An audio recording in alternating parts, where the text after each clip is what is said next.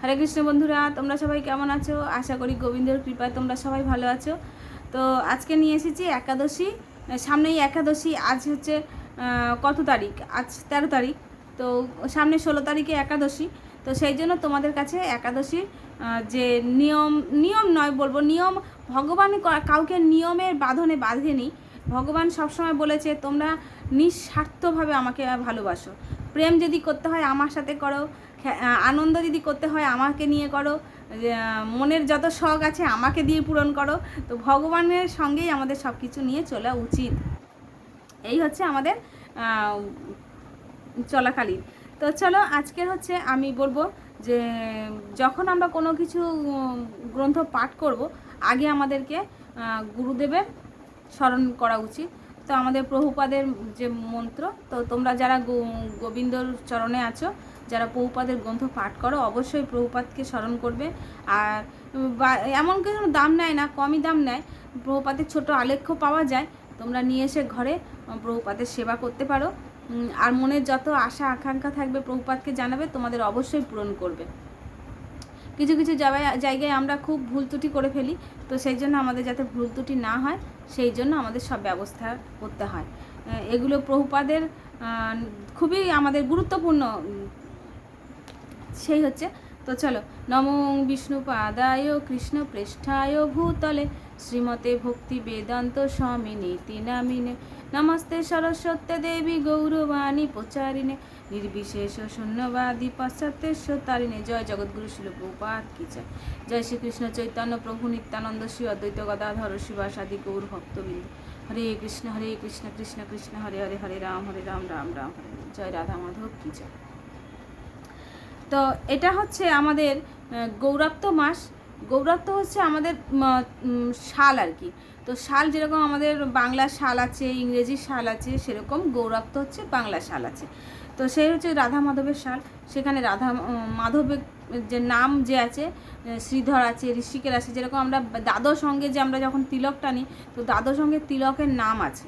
তো সেই তিলকের যত নাম, 12টার নাম, সেই 12টার নামেই কিন্তু ভগবানের মাসের নাম আছে।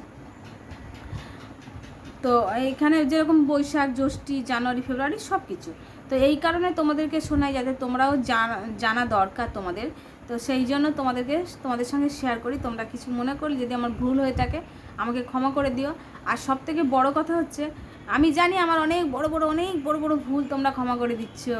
তোমরা কিছু বলছো না আমাকে, যে অনেক কিছুতে আমার পড়াতে গণ্ডগোল হয়, আমার শয়ের গণ্ডগোল হয়, তোমরা সব কিছু মানিয়ে নিচ্ছ। এটা তোমাদের সত্যি অনেক ভালোবাসা। এরকম বন্ধু পাওয়া খুব ভাগ্যের দরকার। কিন্তু আমার চ্যানেলটাকে, যারা নতুন বন্ধু আছে, চ্যানেলটাকে সাবস্ক্রাইব করবে। আমি ভিডিও দেওয়ার সাথে সাথে তোমাদের সঙ্গে আগে পৌঁছে যাবে এইটা। আর ভুল ত্রুটি হয়ে থাকলে তোমরা বলবে, কোনো অসুবিধা নেই। তো আমি চাই যে আমার যেসব বৈষ্ণব চরণের শতকোটি প্রণাম, সবাই আমাকে জানাক, কেননা জানাটাও আমার দরকার। তো এটা হচ্ছে গৌরাত্ম মাস। আজকের আমি লাইটটা বেশি করে জেলে নিয়ে বসেছি, যাতে আমার চশমাটা, তো আমার যে বাচ্চারা আছে, মানে আমাদের বৈষ্ণব সমাজে আরেকটা গুরুত্বপূর্ণ কথা, অনেক বৈষ্ণব আমাকে হয়তো এমন কোনো দিন আসবে আমাকে প্রশ্ন করেই ফেলবে, আমি তার আগেই বলবো। অনেক বৈষ্ণব সমাজ, বৈষ্ণবেদের শাস্ত্রে দেওয়া আছে কুকুর হচ্ছে বাইরের রাখার দরকার। কিন্তু আমি যখন আমার গোবিন্দকে নিয়ে আসিনি, তার আগেই আমি এদেরকে নিয়ে এসেছি। একজনকে নিয়ে এসেছি, আর রিসেন্ট একজন বাইরে ছিল। তো আশেপাশের লোকজন এত মানে ওর ওপরে অত্যাচার করছিল, ওটা আমি থাকতে পারিনি দেখে। তো সেই জন্য তাকেও নিয়ে এসে এই কিছুদিন আগে আমি ডাক্তার দেখিয়ে নিয়ে আসলাম, ভ্যাকসিন ট্যাকসিন সব দিয়ে নিয়ে এসেছি। এখন যদি আমি জানি গোবিন্দর সেবা করলে আমি কুকুর ঘরে রাখতে পারবো না, কিন্তু আমি এদেরকে বাইরেও বের করে দিতে পারবো না।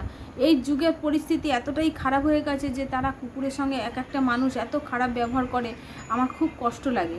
তো সেই জন্য আমার এটা ভুল। সকল বৈষ্ণবের কাছে আমি তাদের কাছে ক্ষমা চাইছি, যেন গোবিন্দর কৃপায় ওদের যত দিন ওদের দেহে প্রাণ থাকবে ততদিন ওরা এইভাবেই থাকবে। আর তারপরে আমি চেষ্টা করব যেন আমার গোবিন্দর সেবাতেই আমি নিজেকে আরও তৈরি করতে পারি। আর ওদেরকে যদি ভালোবাসতে হয় তো বাইরেই রেখে ভালোবাসবো। কিন্তু পরিস্থিতি সত্যি কথা বলছে, অনেক জায়গায় আমি দেখি না এত বাজে, আমার যে আরেকটা বাচ্চা আছে না, এমনভাবে বাজে ব্যবহার করে আশেপাশের লোকজন, খুব খারাপ লাগে। এইগুলো মানুষ বোঝে না, অথচ কিছু করার নেই, যার যেমন বিবেক বুদ্ধি, এগুলো নিয়ে আমাদের আলোচনা না করাই ভালো। তো চলো, তোমাদের বলেই দিলাম মাসে। তো এটা হচ্ছে গৌরাপ্ত সাল। গৌরাপ্ত সাল হচ্ছে 538 সাল। 500 বছর আগে আমাদের কলিযুগ শুরু হয়েছিল। মাস হচ্ছে এটা শ্রীধর। তারিখ হচ্ছে 26। তবে আজকে 26 তারিখ নয়, কিন্তু যেদিন আমরা একাদশী পালন করব ওই দিন হচ্ছে একাদশী, 26 তারিখ। বঙ্গাব্দ সাল, আমি চশমাটা আমার একটুখানি কামড়ে আমার বাচ্চাটা নষ্ট করেছে, যদি আমার পড়তে ভুল হয় তোমরা একটু, আমি আরেকবার করে দেবো, বুঝিয়ে দেবো। তো বঙ্গাব্দ সাল হচ্ছে 1430 শ্রাবণ মাস, তারিখ হচ্ছে 31। খ্রিস্টাব্দ সাল হচ্ছে 2024 আগস্ট মাস, তারিখ হচ্ছে 16। তো এটা হচ্ছে আমাদের একাদশীর তারিখ। আর একাদশীর নাম হচ্ছে পবিত্রা রোপণীয় একাদশী।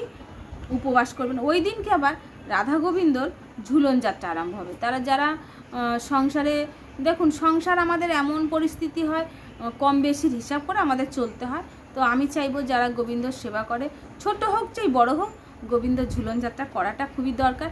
এমন কোনো হয়তো আমি সব বলছি না যে অনেক মাতাজির অনেক সংসারে আছে গোবিন্দর জন্য কিছু আনতে পারে না, কিন্তু তারা চাইলে দুটো কাঠের ওপরে সুন্দর করে একটু দড়ি বেঁধেও দোলার মতন করলে, যেরকম আমাদের ছোটোবেলায় মায়েরা করতো আর কি, যে দোলা কেনার পয়সা নেই, কাপড় দিয়ে সুন্দর দোলা বানিয়ে দিলে আমরা তো সেইভাবেই মানুষ হয়ে গেছি। তো গোবিন্দের জন্য আমরা এটাও করতে পারি। এটা হচ্ছে আমাদের সোজা সাপটা একটা, শুধু একটু ফুল টুল লাগিয়ে দিলে হবে, মানে এরকম সুন্দর একটা হচ্ছে। যখন গোবিন্দ যখন ছোট ছিল, আমি কিন্তু আমার গোপাল সোনাকে, রাধা মাধবকে গোবিন্দই বেশি বলি, তো সেইটাই বলছি। তো গোবিন্দ যখন ছোট ছিল তখন রাধা মাধব যখন ছোট ছিল গোচরণে যেত বাছুরদেরকে চড়াতে, তো যশোদা মা কী করতো, সোনার অলঙ্কারে সুন্দর করে শোভিত করে পাঠাতো। আর ওনার বন্ধুরা কী করতো, যখন ছোট ছিল ওইগুলো সব খুলে দিত, দিয়ে পোটলার ভিতরে ঢুকিয়ে দিত, দিয়ে বলতো কি এগুলো তুই রাখ, আমরা যেরকম থাকবো তুইও সেরকমই থাকবি। তো বন্ধুরা তখন বন্ধুরা কি জানে যে আমি ভগবানের সঙ্গে এরকম নিত্যলীলায় রয়েছি, তো পার্শ্বদগন্ত এগুলো সব। তো বন্ধুরা কী করতো, সব ওগুলো খুলে পোটলায় ঢুকিয়ে দিত, দিয়ে জঙ্গল থেকে যত ফুল পাতা এগুলো নিয়ে এসে গোবিন্দর কানে, মাথায়, গলায়, কোমরে সুন্দর করে। তা তুমি বলো না, সোনার যার অলঙ্কার থেকে যদি আমরা ওই গাছের ফুল পাতা নিয়ে এসে গোবিন্দর যদি সুন্দর করে আমরা শোভিত করে দিই, সুন্দর করে সাজিয়ে দিই, কত সুন্দর দেখাবে। আমার তো মনে হয় ওইটা বেশি সুন্দর দেখাবে। তো তোমরা এইভাবে ঝুলন যাত্রা পালন করবে। তো সেইটাই তোমাদেরকে বলিয়ে দিলাম, যে যেইভাবে করতে পারে আর কি। আমারটা আমি বলে দিলাম, এবার যে একটা সেইটার ব্যাপার। আমি চাইবো যে সব কিছু সংসার ক্ষেত্রে আমাদেরকে সব কিছু মানিয়ে নিয়ে চলতে হয়, এইটা হচ্ছে কথা। তো আমরা যেদিন পালন করব সেইটা হচ্ছে 27শে শ্রীধর, 32শে শ্রাবণ, 17ই আগস্ট শনিবার, গৌর দ্বাদশী, শিল রূপ গোস্বামী এবং শিল গৌরদাস পণ্ডিতের তিরোভাব তিথি। ওই দিনকে ওনারা দেহ রেখেছিলেন, নিত্যলীলায় বৈকুণ্ঠ ধামে গোবিন্দ সেবায় ব্যস্ত হয়ে গেছেন। যারা একাদশী সংকল্প করতে চায়, এরও একটা মন্ত্র আছে, আমি বলে দিচ্ছি। তোমরা যারা সংকল্প মন্ত্র পাঠ করতে চাও অবশ্যই এটা শুনে বা লিখে নিতে পারো, কোনো অসুবিধা নেই। একাদশং নিরাহার স্থিতাহম অপরেহনি ভক্ষামি পুণ্ডরীকাক্ষম শরণম মে ভবচ্যুত। তো এটা হচ্ছে আমরা একাদশী সংকল্প, যেদিন আমরা যারা আমিষ ভোজি তার আগের দিন নিরামিষ গ্রহণ করবে, মাথা রাতা ঘষে নেবে, আর রাতে গোবিন্দকে যে প্রসাদ যারা প্রসাদ ভোজি নয়, তো গোবিন্দর সামনে দাঁড়িয়ে এই মন্ত্রটা পাঠ করে বলতে হবে যে প্রভু আমার তো অত ক্ষমতা নেই, আমি তো ছোট্ট একটা কি বলবো, মানে এতটাই নিচ কুল আমার নেই, এতটাই আমি নিচু, তুমি আমাকে ক্ষমা করে দিও, আমি যেন একাদশীটা ভালোভাবে পাঠ করতে পারি, পালন করতে পারি। এটাই আমাদের, এমন নয় যে ভগবানকে মন্ত্রতন্ত্র দিয়ে একেবারে দিয়ে করতে হবে। ভগবান সব ভাষাই বোঝে, তুমি তোমার অন্তর থেকে এরকম করেও বলতে পারো। আমি বলে দিলাম মন্ত্রটা, যে যেভাবে বলতে পারি। এই হচ্ছে। তো এটা সংকল্প মন্ত্র। একাদশীর পারণ যে হবে, পারণের মন্ত্রটা অতি অবশ্যই আমাদের পালন করতে হয়, কারণ এটা গুরু মহারাজরা বলছে পারণের যে মন্ত্রটা হয় ওটা আমাদের অবশ্যই বলা দরকার। তা পারণের তো তোমরা জানো, তার আগে আমি একবার ভিডিও করে দিয়েছি। একাদশীর দুটো পারণ মন্ত্র আছে, আমি এর আগের বারে একটা অন্য পারণ মন্ত্র বলেছি, আজকের আবার অন্য আরেকটা, দুটো আছে এমন নয়, শুধু দুটো মানে সামনের দুটো ওয়ার্ডই শুধু আলাদা আছে। এখানে বলছে অজ্ঞান তিমিরাঞ্জস্য ব্রতে নানেন কেশব প্রসিদ্ধ সম্মুখ নাথ জ্ঞান দৃষ্টি প্রদ ভব। তো এটা হচ্ছে আমাদের পারণ মন্ত্র। তো চলো এবার শুরু করে দিই যে আমরা পবিত্র রোপণী একাদশী কিভাবে আমরা তার যে ব্রত কথা সেটা আমাদের পাঠ করাটা অবশ্যই দরকার। তো একদিন মহারাজ যুধিষ্ঠির ভগবান শ্রীকৃষ্ণকে জিজ্ঞেস করলেন, সবসময় কিন্তু যুধিষ্ঠির ভগবানকে জিজ্ঞেস করেন, হে প্রভু, শ্রাবণ মাসে শুক্লাপক্ষের একাদশীর নাম কি, কৃপা করে আমাকে বলুন। কৃষ্ণ বললেন, হে মহারাজ, আমি এই পবিত্র ব্রত মাহাত্ম্য বর্ণনা করছি, মনোযোগ দিয়ে তা শ্রবণ করুন। যা শোনা মাত্রই বাজপেয় যজ্ঞে ফল লাভ হয়। তো এইটা হচ্ছে যা আমরা ব্রত হয়তো অনেকে পালন করতে পারি না, কিন্তু ব্রত কথাটা শোনার সঙ্গে সঙ্গে আমাদের কত কোটি পাপ ক্ষয় হয়ে যায়। তো প্রাচীনকালে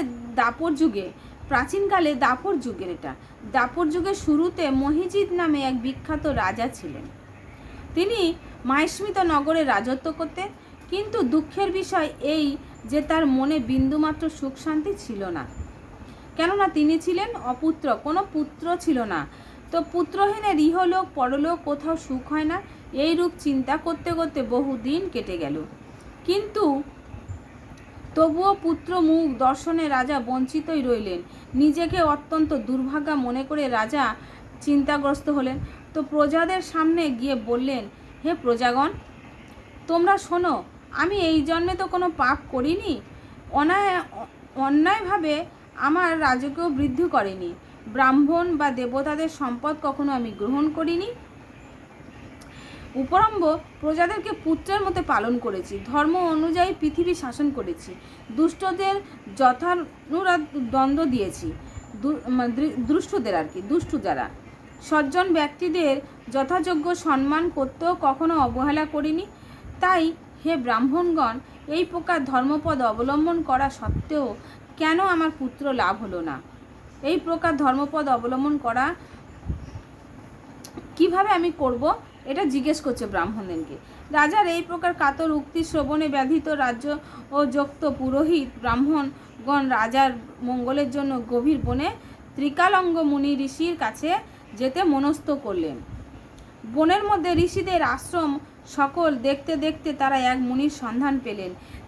তিনি দীর্ঘায়ু, নিরোগ, নিরাহারে, মানে দীর্ঘায়ু মানে কি, প্রচুর আয়ু, কোনো রোগ ব্যাধি নেই, আর উনি কী খায়? হাওয়া খায়, কোনো কিছু খায় না। দেখো, নিরাহারে থাকতে পারে, আর আমরা ভুক্ষার, মানে একাদশীর দিন মনে যেন যত খিদে পেয়ে যায়। এটা গোবিন্দর কৃপা নাকি মায়াদেবীর কৃপা আমি জানি না। তো সবাই চেষ্টা করব একাদশীটা ঠিকঠাক পালন করার। আমি তো পালন করি, মায়াদেবীকে বলি, প্রভুপাদকে বলি যে প্রভুপাদ তুমি মায়াদেবীকে ওই দিনকে বলো একটু দূরে থাকতে, এইভাবে। আর মায়াদেবী কৃষ্ণর কাছ থেকে দূরে বলে, কৃষ্ণ থাকে। তো যাই, তোমরাও একটু সাবধানে থাকবে, ওই দিনকে বেশি মায়াদেবী এরকম চেপে ধরে। তো ঘোর তপস্যা মগ্ন ছিলেন। সর্বশাস্ত্র আগে বলেছি না তোমাদের, কৃষ্ণের সঙ্গে মায়াদেবী থাকে, কৃষ্ণর সামনে মায়াদেবী পেছনে। তো যে কৃষ্ণ ভুলিয়া যে জীব আত্মশুদ্ধি করে, মায়া তারি জাপটিয়া ধরে, বুঝেছ? এটা হচ্ছে। তো সর্বশাস্ত্র বিশারদ ধর্মতজ্ঞ তো ত্রিকালঙ্গ সেই মুনি লোমস নামে পরিচিত। ব্রহ্মার এক কল্প অতিবাহিত হলে মুনি বরের গায়ের একটি লোম পরিত্যক্ত হয়। ব্রহ্মার এক কল্প মানে ব্রহ্মার যে 100 বছরের আয়ু, মানে ব্রহ্মারও আয়ু আছে, কিন্তু এটা আমরা এখনও পড়ছি। এই বিষয় নিয়ে তোমাদের এখন আমার নিজেরই মাথা দিয়ে বেরিয়ে যায়, তো তোমাদের তো আরও বেরিয়ে যাবে। তো এই হচ্ছে। তো ওনার একটা লোম পড়বে, তারপর এইভাবে লোম পড়তে পড়তে ওনার আয়ু তখনই ক্ষয় হয়। তো এই কারণে ওই মহামুনির নাম হচ্ছে লোমাস। তাকে দেখে সকলেই ধন্য হলেন। তারা পরস্পর বলতে লাগলেন যে আমাদের বহু জন্মের সৌভাগ্যের ফলে আজ আমরা এই মুনিবরের সাক্ষাৎ পেয়েছি।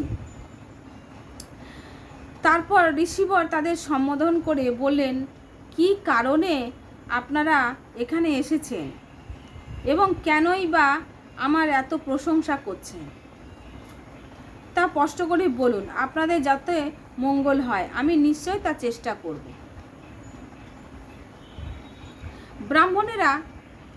ব্রাহ্মণেরা বললেন, হে মুনিবর, আমরা যে উদ্দেশ্যে এখানে এসেছি আপনি তা কৃপা করে শুনুন। এই পৃথিবীতে আপনার মতো শ্রেষ্ঠ ব্যক্তি আর কোথাও নেই। মহিজিৎ নামে এক রাজা নিঃসন্তান হওয়ায় অতি দুঃখ দিন যাপন করছেন। আমরা তার প্রজা। তিনি আমাদেরকে পুত্রের মতো পালন করেন, কিন্তু তিনি পুত্রহীন বলে আমরাও সবাই মর্মাহত। তাই দুঃখ দূর করতে আমরা এই বনে প্রবেশ করেছি। হে ব্রাহ্মণ শ্রেষ্ঠ, রাজা যাতে পুত্রের মুখ দর্শন করতে পারেন, কৃপা করে তার কোনো উপায় আমাদেরকে বলুন। তাদের কথা শুনে মুনিবর ধ্যানমগ্ন হলেন। কিছু সময় পরে রাজার পূর্বজন্মের যে আমাদের সুকৃতি পাপ সেগুলো কিন্তু আমরা নিয়েই আসি। পূর্বজন্ম বৃত্তান্ত বলতে লাগলেন। এই রাজা পূর্বজন্মে এক দরিদ্র বৈশ্য ছিলেন। একবার তিনি একটি অন্যায় কার্য করে ফেলে ব্যবসা করবার জন্য তিনি এক গ্রাম থেকে অন্য গ্রামে যাতায়াত করতেন। এক সময় জ্যৈষ্ঠ মাসে শুক্লাপক্ষে দশমীর দিনে কোথাও যাওয়ার পথে তিনি অত্যন্ত তৃষ্ণার্ত হয়ে পড়লেন। গ্রাম প্রান্তে একটি জলাশয় তিনি দেখতে পান। সেখানে জলপানের জন্য যান। একটি গাভী তার বাছুর সেখানে জলপান করছিল। তাদেরকে তাড়িয়ে দিয়ে তিনি নিজেই জলপান করতে লাগলেন। এই পাপ কর্মের ফলে তিনি পুত্র সুখে বঞ্চিত হয়েছেন। কিন্তু পূর্বজন্মের কোনো পুণ্যের ফলে, মানে একটা তো উনি পাপ করেছিলেন, কিন্তু কিছুটা পুণ্য যেহেতু করেছিলেন তার ফলে উনি এই রকম নিষ্কণ্টক রাজ্য লাভ করতে পেরেছেন। হে মুনিবর, শাস্ত্রে আছে যে পুণ্য দ্বারা পাপ ক্ষয় হয়। তাই আপনি একটি পুণ্যব্রতের উপদেশ বলে দিন। পারত্য পাপ দূর হয়ে আপনার অনুগ্রহে তিনি পুত্র সন্তান লাভ করতে পারে। পুণ্যের দ্বারা আমরা পাপ ক্ষয় করতে পারি। তাই আমাদের যখন দীক্ষার সময় আমাদের গুরু মহারাজরা আমাদের পাপ যে হয় ক্ষয় করে দেয়। তো সেই জন্য আমরা যখন মালা জপ করব, যখন গোবিন্দর সেবা করব, তো আমাদের যে দুর্মতি, যে বুদ্ধি ভ্রষ্ট, সেগুলো ক্ষয় হতে থাকে। তো সেই জন্য সবাইকেই বলবো 16 মালা জপ করো। হরে কৃষ্ণ কৃষ্ণ কৃষ্ণ হরে হরে, হরে রাম রাম রাম হরে হরে। এমন কিছু সময় লাগে না। আগে আমারও লাগতো প্রথম, এখন অনেক কমই লাগে। তো লোমশ মুনি বলেন, শ্রাবণ মাসে শুক্লপক্ষের পবিত্রারোপণীয় একাদশী ব্রত অভীষ্ট ফল প্রদান করে। আপনারা যথাবিধি এই সকলেই পালন করুন। লোমশ মুনির উপদেশে শুনে আনন্দচিত্তে গৃহে প্রত্যাবর্তন করে তারা রাজাকে এই সকল কথা জানালেন। তারপরে সকলে মিলে মুনির নির্দেশ অনুসারে ব্রত পালন করলেন। তাদের সকলে পূর্ণ ফল রাজাকে প্রদান করলেন। সেই পূর্ণ প্রভাবে মহিষী গর্ভবতী হলেন। উপযুক্ত সময়ে বলিষ্ঠ সর্বাঙ্গ সুন্দর এক পুত্র সন্তানের জন্ম দান করলেন। ভবিষ্যৎ পুরাণে এই মাহাত্ম্য বর্ণিত আছে। এই ব্রতর মাহাত্ম্য যিনি পাঠ বা শ্রবণ করলেন তিনি সমস্ত পাপ থেকে মুক্ত হবেন এবং পুত্র সুখ ভোগ করে অবশেষে দিব্য ধাম প্রাপ্ত হবেন। তাহলে ভাবো তো, এই যে দেখো আমি পাঠ করলাম, আমার পাপ এখানে বলছে না রাধা মাধব, যিনি পাঠ করবেন আর যিনি শ্রবণ করবেন, তোমরা সবাই শ্রবণ করো। তোমাদের সঙ্গে এইটুখানি। তো চলো আজকের আমি যে পারণের যে সময় সেটা বলে দেবো। ভিডিওটা অনেক বড় হয়ে যাচ্ছে, তো জন্য চটপট বলে দিচ্ছি। মায়াপুর হচ্ছে 5টা 13 থেকে 8টা 7-এর মধ্যে পারণের যে সময়। ইম্ফল হচ্ছে 4টে 49 থেকে 8টা 7। গুয়াহাটি হচ্ছে 4টে 56 থেকে 8টা 7। কলকাতা হচ্ছে 5টা 14 থেকে 8টা 7।